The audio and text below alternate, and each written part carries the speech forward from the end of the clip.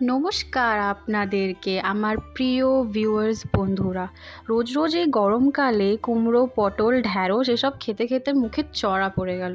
তাই ভাবলাম কেননা আজকে একটা নতুন রকমের কিছু খাওয়া যাক, তাতে মুখের স্বাদটাও ফিরবে আর তার সঙ্গে সঙ্গে বাড়ির লোকেরাও আঙুল চাটতে থাকবে। আঙুলটাই চাটবেন, কিন্তু চাটতে চাটতে যেন আবার খেয়ে ফেলবেন না বলে দিলুম।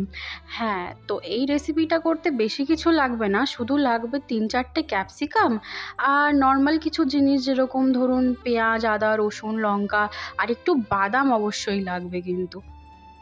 হ্যাঁ, এতক্ষণে নিশ্চয়ই বুঝেই গেছেন ভিডিওর ডেসক্রিপশনটা দেখে যে এটি হলো দই ক্যাপসিকামের একটি সুন্দর সুস্বাদু ইউনিক রেসিপি। তো অবশ্যই দইটা কিন্তু লাগবেই। দেখবেন ফ্রিজে কোথায় কোন কোণে একটু দই পড়ে আছে, ব্যাস একটুখানি দিয়ে দিলেই হলো। আর একদম কিচ্ছু লাগবে না।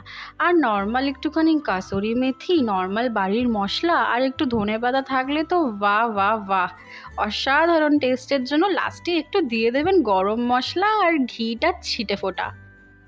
ভিডিওটাতে পুরোপুরিভাবেই দিয়ে দেওয়া হয়েছে যে কিভাবে আমি রেসিপিটা বানিয়েছি, সঙ্গে আপনাদের সব মশলাও আমি এখানে লিখে দিয়েছি ভিডিওটাতে।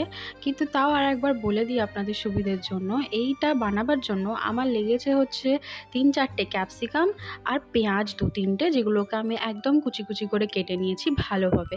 তারপরে মিক্সার গ্রাইন্ডারে আমি বেটে নিয়েছি আদা, রসুন আর কাঁচা লঙ্কা। তারপরে খালি এক মুঠো মতো একটুখানি চিনেবাদামটাকেও মিক্সারে ঘুরিয়ে একটু গুঁড়ো করে নেব। ব্যাস, আর কি আছে, গরম তেল দেবেন কড়াইতে, তার উপরে ছুঁড়ে মারবেন জিরেগুলোকে। তারপরে জিরেগুলো যখনই একটুখানি চিরবির করে ভেজে উঠবে, তার ওপরেই দিয়ে দিতে হবে আপনাদেরকে আদা, রসুন আর কাঁচা লঙ্কার ওই পেস্টটা। ওইগুলো যখন একটু নাড়াচাড়া করার পর ভাজা ভাজা হয়ে যাবে, তার ওপরে দিয়ে দিতে হবে ক্যাপসিকাম আর পেঁয়াজ কুচিগুলোকে। তারপর ভালো করে নাড়িয়ে চাড়িয়ে নিয়ে তার ওপরে দিয়ে দিতে হবে চিনেবাদামের পেস্টটা।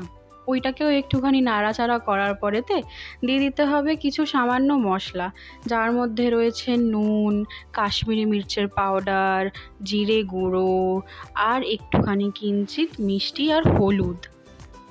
ব্যাস, আমাদের রেসিপি প্রায় শেষের দিকে। লাস্টে এই যে দই ক্যাপসিকাম নামটা দেওয়া আছে, একটুখানি দই দিয়ে তার উপরে দিয়ে দিতে হবে একটু গরম মশলা, ঘি, ধনেপাতা, কাসুরি মেথি দিয়ে নাড়াচাড়া করেই শেষ। ব্যাস, আমাদের সুস্বাদু দই ক্যাপসিকামের রেসিপি একদম তৈরি রুটি, লুচি বা পরোটার সাথে সার্ভ করার জন্য। আপনাদের যদি এই ভিডিওটি ভালো লাগে তাহলে অবশ্যই লাইক করে দেবেন আর চ্যানেলটাকে সাবস্ক্রাইব করে দেবেন। ফেসবুক থেকে দেখে থাকলে ফলো করে দেবেন পেজটাকে। Thank you.